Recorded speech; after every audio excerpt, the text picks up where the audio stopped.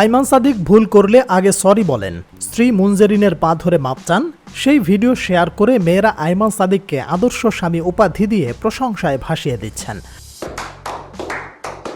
আমি শুধু চিন্তা করতেছি, এই কথা যদি মুনজেরিন বলতেন যে তিনি নিয়মিত স্বামী আইমান সাদিকের পা ধইরা মাপ চান, মেয়েরা এতক্ষণে আইমান সহ পুরো পুরুষ জাতির পিণ্ডি চটকায়া দিত।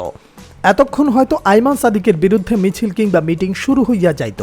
শাহবাগের মোড়ে দেখা যাইত কপালে একটা ইয়া বড় টিপ, কালা কুচকুচে বগল আর গায়ে 7 দিন গোসল না করা গন্ধ নিয়া একজন মধ্যবয়স্ক নারী, যার যৌবন শেষের দিকে। তিনি অনন্ত যৌবনা হয়ে দাঁড়ায় থাকতেন সবার আগে।